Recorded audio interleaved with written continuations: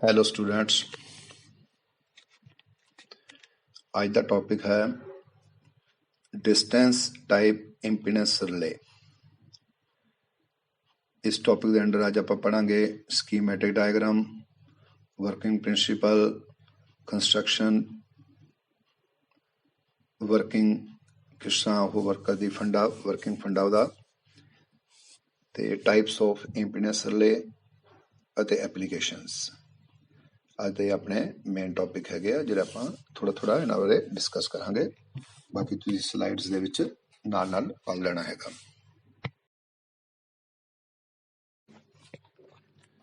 Construction ਦੇ ਵਿੱਚ ਤੁਸੀਂ ਡਾਇਗਰਾਮ ਜੋ ਬਣੀ ਹੈ ਸਕਰੀਨ ਦੇ ਉੱਤੇ ਦੇਖੋ, ਉਹਦੇ ਵਿੱਚ ਕਲੀਅਰ ਦਿਖਦਾ ਪਿਆ ਕਿ ਜਿਹੜੀ ਰਿਲੇ ਆ ਇਹ ਇੱਕ ਪਿਵਟਡ ਬੀਮ ਜਿਹੜਾ ਆ ਉਹਦੀ ਬਣੀ ਹੋਈ ਆ। ਦੇਖੋ ਪਿਵਟਡ ਬੀਮਸ ਮੇਨ ਸੈਂਟਰ ਪਿਵਟ ਬਣਿਆ ਹੋਇਆ, ਉਹਦੇ ਤੇ ਇੱਕ ਬੀਮ ਬਣਿਆ ਹੋਇਆ ਜਿਹੜਾ ਕਿ ਬੈਲੈਂਸ ਬਣਾਉਂਦਾ ਸੈਂਟਰ ਦੇ ਵਿੱਚ। ਇਹਦੇ ਵਿੱਚ ਦੋ ਇਲੈਕਟ੍ਰੋਮੈਗਨੈਟਸ ਨੇ ਜਿਹੜੇ ਐਨਰਜਾਈਜ਼ਡ ਹੁੰਦੇ ਆ, ਇੱਕ ਪੋਟੈਂਸ਼ੀਅਲ ਕੋਇਲ ਦੇ ਟਰਾਂਸਫਾਰਮਰ ਨਾਲ ਤੇ ਦੂਜਾ ਕਰੰਟ ਟਰਾਂਸਫਾਰਮਰ ਨਾਲ। ਉਸ ਤੋਂ ਬਾਅਦ ਇਹ ਦੋਨੇ ਜਿਹੜੇ ਬੀਮਸ ਨੇ ਇਹਦੇ ਉੱਤੇ ਉਤਲੇ ਪਾਸੇ ਦੇਖੋ ਜਿੱਥੇ ਯੂ ਸ਼ੇਪ ਮੈਗਨੇਟ ਬਣਿਆ, ਇੱਕ ਆਰਮੇਚਰਸ ਬਣਿਆ ਦੋਨਾਂ ਪਾਸੇ। ਸੀਟੀ ਤੇ ਪੀਟੀ ਦੋਨੇ ਜਿਹੜੇ ਇਲੈਕਟ੍ਰੋਮੈਗਨੈਟਸ ਨੇ, ਇਹਨਾਂ ਦੀ ਜਿਹੜੇ ਫੋਰਸਿਸ ਨੇ, ਦੋਨਾਂ ਦੀਆਂ ਫੋਰਸਿਸ ਆਪੋਜ਼ਿਟ ਡਾਇਰੈਕਸ਼ਨ ਦੇ ਵਿੱਚ ਲੱਗਦੀਆਂ ਹੈਗੀਆਂ। ਬੈਲੈਂਸ ਕੰਡੀਸ਼ਨ ਦੇ ਵਿੱਚ ਜਿਹੜੀ ਦੋਨੇ ਫੋਰਸਿਸ ਨੇ ਇਹ ਇਕੁਅਲ ਹੁੰਦੀਆਂ ਨੇ, ਮੀਨਸ ਪੋਟੈਂਸ਼ੀਅਲ ਕੋਇਲ ਤੇ ਕਰੰਟ ਕੋਇਲ ਨੂੰ ਆਪਾਂ ਇਸ ਹਿਸਾਬ ਨਾਲ ਐਡਜਸਟ ਕਰਦੇ ਹਾਂ ਕਿ ਦੋਨਾਂ ਦੀ ਇਕੁਅਲ ਫੋਰਸ ਲੱਗੇ ਤਾਂ ਕਿ ਜਿਹੜਾ ਸਾਡਾ ਬੀਮ ਆ ਉਹ ਬੈਲੈਂਸ ਬਣਿਆ ਰਹੇ ਬੀਮ ਦਾ। ਬੀਮ ਦੇ ਸੈਂਟਰ ਦੇ ਵਿੱਚ ਤੁਸੀਂ ਇੱਕ ਦੇਖ ਸਕਦੇ ਹੋ ਬ੍ਰਿਜਿੰਗ ਪੀਸ ਹੈਗਾ, ਮੀਨਸ ਜਿਹੜਾ ਬ੍ਰਿਜ ਬਣਾਉਂਦਾ ਹੈਗਾ, ਇੱਕ ਸੈਂਟਰ ਦੇ ਵਿੱਚ ਇੱਕ ਪੀਸ ਬਣਿਆ ਹੈ ਜਿਹੜਾ ਕਿ ਟ੍ਰਿਪ ਸਰਕਟ ਨੂੰ ਕਲੋਜ਼ ਕਰਦਾ। ਜਦੋਂ ਸਾਡੀ ਰਿਲੇ ਆਪਰੇਟ ਹੁੰਦੀ ਆ ਤੇ ਇਹ ਜਿਹੜਾ ਬ੍ਰਿਜ ਆ ਇਹ ਟ੍ਰਿਪ ਸਰਕਟ ਨੂੰ ਜਿਹੜਾ ਕਲੋਜ਼ ਕਰ ਦਿੰਦਾ ਹੈਗਾ।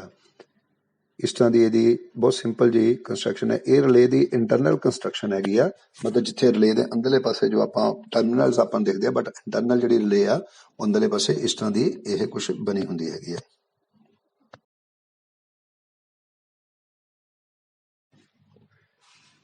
ਇਹ ਹੈ ਆਪਰੇਸ਼ਨਲ ਡਾਇਗਰਾਮ ਇੰਪੀਡੈਂਸ ਰਿਲੇ ਦੀ, ਜੋ ਆਪਾਂ ਐਕਚੁਅਲ ਮਤਲਬ ਲਗਾਉਂਦੇ ਹੈਗੇ ਆ, ਕਨੈਕਸ਼ਨਸ ਕਰਦੇ ਹੈਗੇ ਆ। ਇਹਦੇ ਵਿੱਚ ਤੁਸੀਂ ਦੇਖੋ ਬਿਲਕੁਲ ਲੈਫਟ ਸਾਈਡ ਦੇ ਉੱਤੇ ਇੱਕ ਜਨਰੇਟਰ ਹੈ, ਫਿਰ ਟਰਾਂਸਫਾਰਮਰ ਆਉਂਦਾ ਹੈ। ਉਸ ਤੋਂ ਬਾਅਦ ਆਪਾਂ ਇੱਕ ਪਾਰਟੀਕੂਲਰ ਲਾਈਨ ਨੂੰ ਬ੍ਰੇਕ ਮਤਲਬ ਸ਼ੋ ਕੀਤਾ ਹੋਇਆ ਕਿ ਇੰਨਾ ਡਿਸਟੈਂਸ ਜਿਹੜਾ ਆ ਇਹਨੂੰ ਆਪਾਂ ਪ੍ਰੋਟੈਕਟ ਕਰਨਾ, ਇੰਨੀ ਲਾਈਨ ਨੂੰ ਆਪਾਂ ਪ੍ਰੋਟੈਕਟ ਕਰਨਾ ਆ। ਉਸ ਲਾਈਨ ਦੇ ਅੰਦਰਲੇ ਪਾਸੇ ਏ ਬੀ ਦੋ ਪੁਆਇੰਟਸ ਜਿਹੜੇ ਉਹਦੇ ਅੰਦਰਲੇ ਪਾਸੇ ਦੇਖੋ ਦੋ ਸਰਕਲ ਬ੍ਰੇਕਰਸ ਲੱਗੇ ਹੋਏ ਆ, ਫਿਰ ਇੱਕ ਸੀਟੀ ਲੱਗਾ ਹੋਇਆ ਔਰ ਇੱਕ ਲਾਈਨ ਦੇ ਵਿੱਚ ਪੋਟੈਂਸ਼ੀਅਲ ਟਰਾਂਸਫਾਰਮਰ ਲੱਗਾ ਹੋਇਆ। ਹੁਣ ਦੇਖੋ ਸੀਟੀ ਤੇ ਪੀਟੀ ਦੋਨਾਂ ਦੀ ਜਿਹੜੀ ਸਪਲਾਈ ਉਹ ਆਪਾਂ ਇੰਪੀਡੈਂਸ ਰਿਲੇ ਨੂੰ ਦਿੱਤੀ ਹੋਈ ਆ। ਔਰ ਫਾਲਟ ਜਿਹੜਾ ਆ ਦੋ ਤਰੀਕੇ ਨਾਲ ਸ਼ੋ ਕਰਦੇ ਆ ਕਿ ਅਗਰ ਇੰਟਰਨਲ ਫਾਲਟ ਹੈ ਤਾਂ F1 ਉਸ ਲਾਈਨ ਦੇ ਅੰਦਰ ਫਾਲਟ ਪਏਗਾ ਤੇ F2 ਮੀਨਸ ਅਗਰ ਉਸ ਜਿਹੜਾ ਪਾਰਟੀਕੂਲਰ ਪੋਰਸ਼ਨ ਆਪਾਂ ਜੋ ਪ੍ਰੋਟੈਕਟ ਕੀਤਾ ਹੈ ਅਗਰ ਉਹ ਤੋਂ ਬਾਹਰ ਫਾਲਟ ਪੈਂਦਾ ਤਾਂ ਉਹ ਵੀ ਸ਼ੋ ਕੀਤਾ ਹੈ। ਇਹਦੀ ਅੱਗੇ ਡਿਟੇਲ ਆਪਾਂ ਤੁਹਾਨੂੰ ਮੈਂ ਸਮਝਾਉਂਗਾ ਜਦੋਂ ਨੈਕਸਟ ਪਹਿਲਾਂ ਇਹਦਾ ਵਰਕਿੰਗ ਪ੍ਰਿੰਸੀਪਲ ਜਿਹੜਾ ਆ ਉਹ ਸਮਝੀਏ। ਇਹ ਡਾਇਗਰਾਮ ਜਿਹੜੀ ਹੈ ਕਨੈਕਸ਼ਨ ਡਾਇਗਰਾਮ ਨੂੰ ਕਹਿ ਸਕਦੇ ਹਾਂ।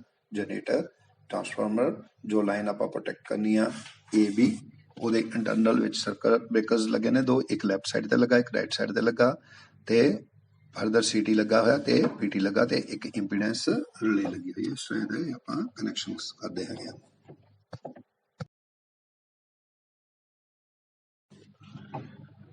ਵਰਕਿੰਗ ਪ੍ਰਿੰਸੀਪਲ ਸਿੰਪਲ 3 ਸਟੈਪਸ ਦੇ ਵਿੱਚ ਸਮਝਾਇਆ ਗਿਆ। ਦੇਖੋ ਕਹਿੰਦਾ ਹੈ ਕਿ in this type of relay operation governed by the ratio of applied voltage to current in the protected circuit.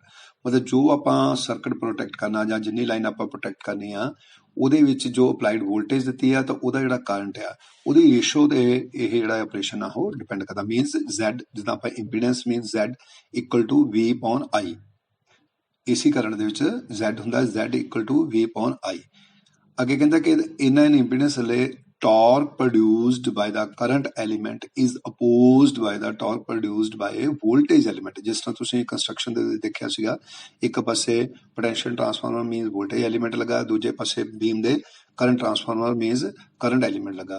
ਕਹਿੰਦਾ ਕਿ ਜਿਹੜੀ ਕਰੰਟ ਐਲੀਮੈਂਟ ਆ ਉਹਦੇ ਕਰਕੇ ਜਿਹੜੀ ਟਾਰਕ ਪ੍ਰੋਡਿਊਸ ਹੁੰਦੀ ਆ ਮੈਗਨੈਟਿਕ ਫੋਰਸ ਕਰਕੇ ਜਿਹੜੀ ਟਾਰਕ ਪ੍ਰੋਡਿਊਸ ਹੁੰਦੀ ਆ ਉਹ ਓਪੋਜ਼ਡ ਹੁੰਦੀ ਹੈਗੀ ਆ, ਓਪੋਜ਼ ਹੁੰਦੀ ਹੈਗੀ ਕਿਹਦੇ ਨਾਲੋਂ, ਜਿਹੜੀ ਵੋਲਟੇਜ ਐਲੀਮੈਂਟ ਕਰਕੇ ਜਿਹੜੀ ਟਾਰਕ ਪ੍ਰੋਡਿਊਸ ਹੁੰਦੀ, ਮਤਲਬ ਜਿਹੜੀ ਵੋਲਟੇਜ ਟਾਰਕ ਜਿਹੜੀ ਪ੍ਰੋਡਿਊਸ ਹੁੰਦੀ ਆ ਉਹਨੂੰ ਓਪੋਜ਼ ਕਰਦਾ ਹੈਗਾ current torque. Means voltage torque अगर ज़्यादा होएगी, करंट टॉर्क घट होएगी, तो साडा पिवट जिहड़ा साडा बीम है जिहड़ा ਉਹ ਲੈਫਟ ਸਾਈਡ ਨੂੰ ਝੁਕਿਆ ਰਹਿੰਦਾ। ਡਾਇਗਰਾਮ ਦੇ ਵਿੱਚ ਤੁਸੀਂ ਦੇਖਿਆ ਹੋਊਗਾ। ਤਾਂ ਉਸ ਕਰਕੇ ਜਿਹੜਾ ਉਹ ਸਰਕਟ ਜਿਹੜਾ ਓਪਨ ਰਹਿੰਦਾ, ਕਲੋਜ਼ ਨਹੀਂ ਹੁੰਦਾ।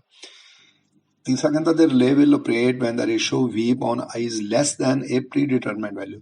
मतलब ਹੁਣ ਆਪਾਂ ਜੋ particular portion ਜੋ ਲਾਈਨ ਦੇ ਵਿੱਚ ਆਪਾਂ ਇੱਕ portion ਜੋ ਸਿਲੈਕਟ ਕੀਤਾ ਜਿਹਨੂੰ ਆਪਾਂ ਪ੍ਰੋਟੈਕਟ ਕਰਨਾ, ਕਹਿੰਦਾ ਰਿਲੇ ਉਦੋਂ ਆਪਰੇਟ ਕਰੇਗੀ ਜਦੋਂ ਉਹ particular portion ਦੀ ਜਿਹੜੀ V upon I ਰੇਸ਼ੋ ਜਿਹੜੀ ਉਹ ਲੈਸ ਹੋ ਜੂ, ਕਿਹੜੀ ਜੋ ਆਪਾਂ ਵੈਲਿਊਜ਼ ਫਿਕਸ ਕੀਤੀਆਂ ਹੋਈਆਂ। ਮਤਲਬ Z ਦੀ ਵੈਲਿਊ ਅਗਰ ਆਪਾਂ ਸਪੋਜ਼ ਕਰੋ ਵੈਲਿਊ ਆਪਾਂ 2 ਫਿਕਸ ਕੀਤੀ ਆ, ਤਾਂ ਇਹ ਰਿਲੇ ਉਦੋਂ ਆਪਰੇਟ ਹੋਏਗੀ ਜਦੋਂ ਉਹ particular portion ਜਿਹੜਾ ਆਪਾਂ ਪ੍ਰੋਟੈਕਟ ਕਰਨਾ ਉਹਦੀ ਜਿਹੜਾ ਇੰਪੀਡੈਂਸ ਆ 2 ਨਾਲ ਘਟ ਜਾਏਗਾ। मीनस अगर आप 2 फिक्स करता, जस्ट एग्जाम्पल मतलब मीन जो प्री डिटरमिनेंट वैल्यू है वो तो जो वैल्यू बी अपॉन आई की वैल्यू घटती हैगी तो उदों ही रिले जिहड़ी है ऑपरेट होंदी हैगी।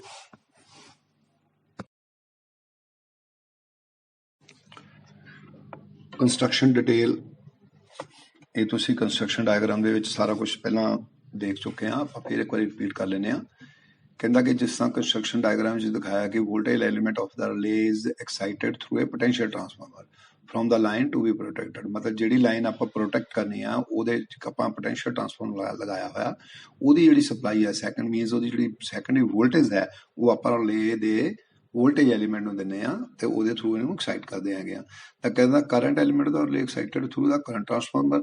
ਜਿਹੜਾ ਹੁਣ करंट एलीमेंट मीनस राइट साइड ਤੇ ਜਿਹੜਾ ਐਲੀਮੈਂਟ ਲੱਗਾ ਸੀ ਮੈਗਨੇਟ ਸੀ ਉਹਨੂੰ ਆਪਾਂ ਐਕਸਾਈਟੇਸ਼ਨ ਦਿੰਨੇ ਆ ਕਿਹਦੇ ਥਰੂ, ਕਰੰਟ ਟਰਾਂਸਫਾਰਮਰ ਦੀ ਸੈਕੰਡਰੀ ਦੇ ਵਿੱਚ ਜਿਹੜਾ series with the line the series ਚ ਆਪਾਂ ਮੀਨਸ ਜੋ ਉਹਦਾ ਕਨੈਕਸ਼ਨ ਹੈਗਾ ਕਰੰਟ ਟਰਾਂਸਫਾਰਮਰ ਦਾ ਉਹਦੇ ਥਰੂ ਆਪਾਂ ਇਹਨੂੰ ਕਰੰਟ ਐਲੀਮੈਂਟ ਨੂੰ ਸਪਲਾਈ ਦਿੰਨੇ ਆ। ਕਹਿੰਦੇ the portion A B of line is the protected zone. ਮਤਲਬ ਜਿੱਦਾਂ ਤੁਹਾਨੂੰ ਮੈਂ ਪਹਿਲਾਂ ਦੱਸਿਆ ਸੀਗਾ ਕਿ ਏ ਤੇ ਬੀ ਕੋਈ ਇੱਕ ਲਾਈਨ ਦਾ ਆਪਾਂ ਪ੍ਰੋਟੈਕਟਡ ਜ਼ੋਨ ਬਣਾ ਲਿਆ, ਮੀਨਸ ਇੰਨੇ ਲਾਈਨ ਨੂੰ ਆਪਾਂ ਪ੍ਰੋਟੈਕਟ ਕਰਨਾ। ਕਹਿੰਦਾ under normal operating condition impedance of protected zone is ZL। मतलब ZL मीनस जो आप ਜਿਹੜਾ पोर्शन आप प्रोटेक्ट करना ਉਹਦਾ ਜਿਹੜਾ ਇੰਪੀਡੈਂਸ ਹੈ ਉਹ ZL ਹੈ ਨਾਰਮਲ ਕੰਡੀਸ਼ਨਸ ਦੇ ਵਿੱਚ। ਚੌਥਾ ਕਹਿੰਦਾ ਕਿ the relay is so designed that it closes its contacts whenever impedance of the protected section falls below the predetermined value।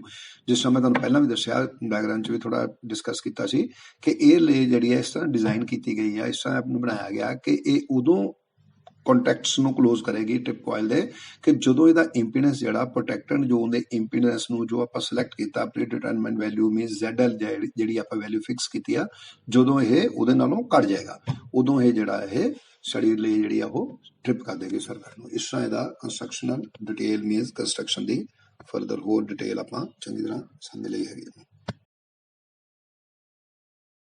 Working ਇਹਦੀ ਕਿਸ ਤਰ੍ਹਾਂ ਦੇਖੋ। कहना कि फर्स्ट पॉइंट विच देखो कह रहा है कि the torque due to voltage coil serve as restraining torque and torque due to current coil serve as a deflecting torque. मतलब दोनों टॉर्क्स ਜਿਹੜੀਆਂ ਲੱਗ ਰਹੀਆਂ ਹੈਗੀਆਂ ਜਿਸ ਤਰ੍ਹਾਂ ਪਹਿਲਾਂ ਆਪਾਂ ਪੜਿਆ ਸੀ ਇੰਡਕਸ਼ਨ ਟਾਈਪ ਡਿਸਕ ਮੂਵ ਕਰਦੀ ਜਿਹੜੇ ਇੰਡਕਸ਼ਨ ਟਾਈਪ ਰਿਲੇਜ਼ ਹੈਗੀਆਂ ਉਹਦੇ ਚ ਰੀਸਟ੍ਰੇਨਿੰਗ ਟਾਰਕ ਜਿਹੜੀ ਆਪਾਂ ਸਪਰਿੰਗ ਦੇ ਨਾਲ ਲਗਾਉਂਦੇ, ਸਪਰਿੰਗ ਜਿਹੜੀ ਆ ਡਿਸਕ ਨੂੰ ਪਿੱਛੇ ਨੂੰ ਮੂਵ ਕਰਕੇ ਰੱਖਦੀ ਹੈ ਤਾਂ ਕਿ ਜਿਹੜਾ ਸਰਕਟ ਕਲੋਜ਼ ਨਾ ਹੋਵੇ।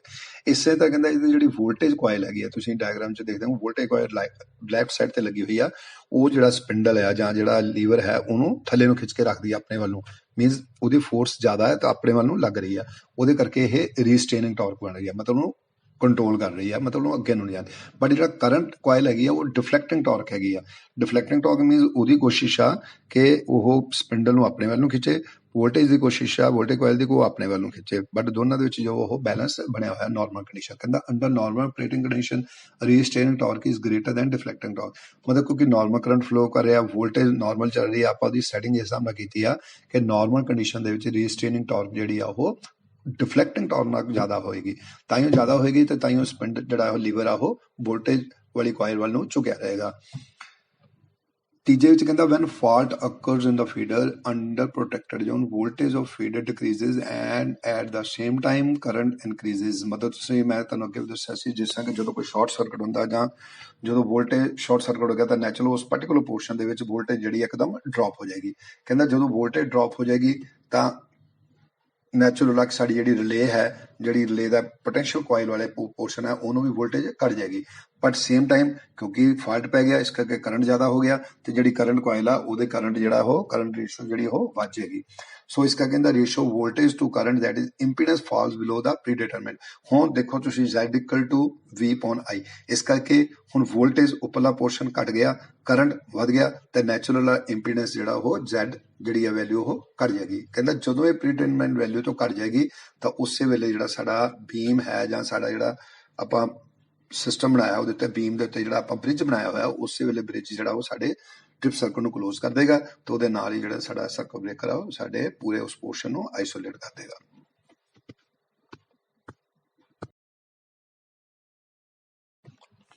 हुण देखो तुसीं ध्यान नाल इहदे विच थोड़ी उन्हें क्लैरिटी दी है। कहता कि pull due to potential coil is proportional to V square that is equal to K1 V square but pull due to current coil I square that is equal to K2 I square. मतलब voltage potential coil जी हैगी आ वो करके जी proportional जी पुल बनती है मीनस जी खिच पैंदी है थले नूं वो हैगी आ प्रोपोर्शनल टू वोल्टेज ते दूजे पासे जी खिच पैंदी करंट कॉयल करके पैंदी है that is proportional to I square directly proportional to I square. ठीक है जी। The relay will operate when हुण कहंदा रिले ऑपरेट कदों करूँगी जदों जी पुल है वोल्टेज की करंट पुल नालों घट जाएगी मीनस K1 V square is less than K2 I square. हुण इस केस दे विच देखो और अगर आप V ते I दी I नूं इधर ले बन जाता V/I is less than K2 बटा K1 दा अंडर रूट और Z what is Z Z is impedance then Z equal to K2 बटा K1 दा अंडर रूट। सो कहंदा when Z of the protector section will decreased from predetermined value the beam tilts in the direction to close the trip coil circuit। मतलब बहुत simple जिहा फंडा आ कि जो भी पोर्शन आप प्रोटेक्ट करना है ਉਹਦੇ ਵਿੱਚ एक ट्रांसफार्मर आप करंट ट्रांसफार्मर लगाया एक पोटेंशियल ट्रांसफार्मर लगाया दोनों ਦੀਆਂ ਜਿਹੜੀਆਂ ਸਪਲਾਈਜ਼ ਆ ਉਹ ਆਪਾਂ ਰਿਲੇ ਦੇ ਇੱਕ ਵੋਲਟੇਜ ਐਲੀਮੈਂਟ ਨੂੰ ਦਿੱਤੀ ਆ ਤੇ ਕਰੰਟ ਵਾਲੀ ਜਿਹੜੀ ਆ ਕਰੰਟ ਐਲੀਮੈਂਟ ਨੂੰ ਦਿੱਤੀ ਆ। ਵੋਲਟੇਜ ਐਲੀਮੈਂਟ ਕਰਕੇ ਜਿਹੜੀ ਪੁੱਲ ਬਣਦੀ ਆ ਉਹ ਜਿਹੜੀ ਆ ਉਹ ਕਰੰਟ ਕੋਇਲ ਕਰਕੇ ਜਿਹੜੀ ਪੁੱਲ ਬਣਦੀ ਆ ਉਹਨੂੰ ਓਪੋਜ਼ ਕਰਦੀ ਆ ਮੀਨਸ ਇੱਕ ਰਿਸਟੇਨਿੰਗ ਟਾਰਕ ਬਣਦੀ ਆ ਦੂਜੀ ਡਿਵੈਲਪਿੰਗ ਟਾਰਕ ਬਣਦੀ ਹੈ ਜਿਹੜੀ ਕਿ ਪ੍ਰੋਟੈਕਟ ਆਪਾਂ ਨੂੰ ਕਹਿੰਦੇ ਆ ਆਪਰੇਟਿੰਗ ਟਾਰਕ ਬਣਦੀ ਹੈਗੀ ਆ। ਹੁਣ ਜਿਹੜੀਆਂ ਪਿੱਛੇ ਆਪਾਂ ਸਾਰਾ ਪੜਿਆ ਉਹਦੇ ਵਿੱਚ ਕੀ ਆ ਕਿ ਜਿਹੜੀ ਰੀਸਟੇਨਿੰਗ ਟਾਰਕ ਡਿਊ ਟੂ ਵੋਲਟੇਜ ਜਿਹੜੀ ਆ ਉਹ ਜਦੋਂ ਘਟ ਜਾਂਦੀ ਹੈਗੀ ਆ ਆਪਰੇਟਿੰਗ ਟਾਰਕ ਨਾਲੋਂ ਤਾਂ ਸਾਡੀ ਉਸ ਕੰਡੀਸ਼ਨ ਦੇ ਵਿੱਚ ਸਾਡੀ ਰਿਲੇ ਜਿਹੜੀ ਆਪਰੇਟ ਕਰਨੀ ਚਾਹੀਦੀ ਆ ਉਹ ਉਦੋਂ ਹੀ ਹੋਏਗੀ ਜਦੋਂ ਵੋਲਟੇਜ ਜਿਹੜੀ ਸਰਕਟ ਦੇ ਵਿੱਚ ਘਟ ਜਾਏ ਔਰ ਕਰੰਟ ਵਧ ਜਾਏ। That condition is fault condition. ਮਤਲਬ ਮੀਨਸ ਜਦੋਂ ਫਾਲਟ ਪਏਗਾ ਉਦੋਂ ਸ਼ਾਰਟ ਸਰਕਟ ਕਰੰਟ ਜਿਹੜਾ ਉਹ ਵੱਧ ਜਾਏਗਾ ਤੇ ਜਿਹੜੀ ਵੋਲਟੇਜ ਉਸ ਪਾਰਟਿਕੂਲਰ ਪੋਰਸ਼ਨ ਦੇ ਵਿੱਚ ਘਟ ਜਾਏਗੀ ਉਹਦੇ ਕਰਕੇ ਇੰਪੀਡੈਂਸ ਜਿਹੜਾ ਨਾਰਮਲ ਇੰਪੀਡੈਂਸ ਨਾਲੋਂ ਜੋ ਅਸੀਂ ਪ੍ਰੀ ਡਿਟਰਮਾਈਨਡ ਵੈਲਿਊ ਆ ਜੋ ਆਪਾਂ ਫਿਕਸ ਕੀਤੀ ਆ ਉਹਦੇ ਨਾਲ ਵੈਲਿਊ ਘਟ ਜਾਏਗੀ ਤੇ ਸਾਡੀ ਰਿਲੇ ਜਿਹੜੀ ਆ ਉਹ ਆਪਰੇਟ ਹੋ ਜਾਏਗੀ। This is the working principal of distance type impedance relay।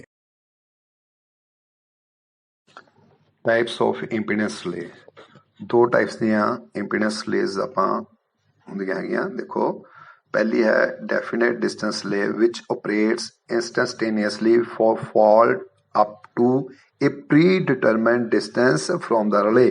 मतलब ਆਪਾਂ ਉਸ ਰਿਲੇ ਤੋਂ ਆਪਾਂ ਪ੍ਰੋਟੈਕਟ ਕਰਨਾ ਉਸ ਰਿਲੇ ਤੋਂ predetermined एक डिस्टेंस आप फिक्स किया होया फॉल्ट का भी उस फॉल्ट के डिस्टेंस के जिथे भी मतलब फॉल्ट पवे तो वो रिले जी ट्रिप करेगी that is definite distance relay.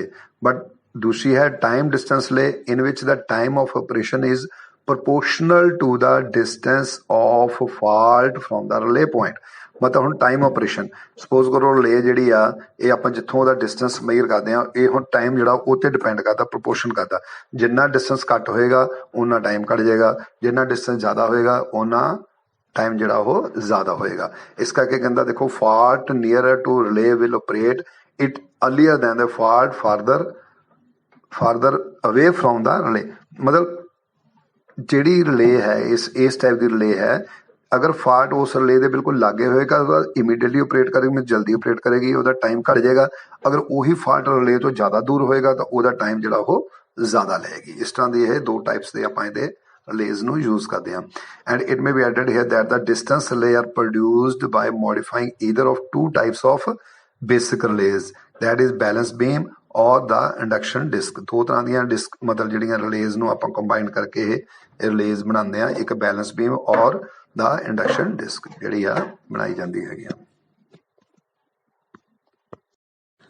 Application simply ਇਹ ਕਹਿੰਦਾ ਕਿ ਇਹ ਜਿਹੜੀ ਰਿਲੇ ਹੈ distance relay normally as a replacement for directional over current relay, ਮਤਲਬ ਜਿੱਥੇ ਆਪਾਂ directional over current relays use ਕਰਦੇ ਹਾਂ ਉਹਦੀ ਜਗ੍ਹਾ ਤੇ ਆਪਾਂ ਡਿਸਟੈਂਸ ਰਿਲੇਜ਼ ਯੂਜ਼ ਕਰ ਲੈਂਦੇ ਫॉर ਕਾਹਦੇ ਲਈ, for faster clearing time, improved security and better selectivity. ਮਤਲਬ ਫਾਲਟ ਨੂੰ ਸਿਲੈਕਟ ਕਰਨਾ, ਟਾਈਮ ਜਲਦੀ ਕਲੀਅਰ ਕਰਨਾ, ਇੰਪਰੂਵਮੈਂਟ ਕਰਨੀ, ਸਿਕਿਉਰਿਟੀ ਨੂੰ ਇੰਪਰੂਵ ਹੋਣਾ, ਉਹਨਾਂ ਜਿੱਥੇ ਇਹ ਚੀਜ਼ਾਂ ਦੀ ਲੋੜ ਹੁੰਦੀ ਆ ਉੱਥੇ ਆਪਾਂ ਜਿਹੜੀ ਆ ਡਿਸਟੈਂਸ ਰਿਲੇ ਜਿਹੜੀ ਆ ਯੂਜ਼ ਕਰ ਦਿੰਦੇ ਆ ਡਾਇਰੈਕਸ਼ਨਲ ਓਵਰ ਕਰੰਟ ਰਿਲੇ ਦੀ ਜਗ੍ਹਾ ਤੇ।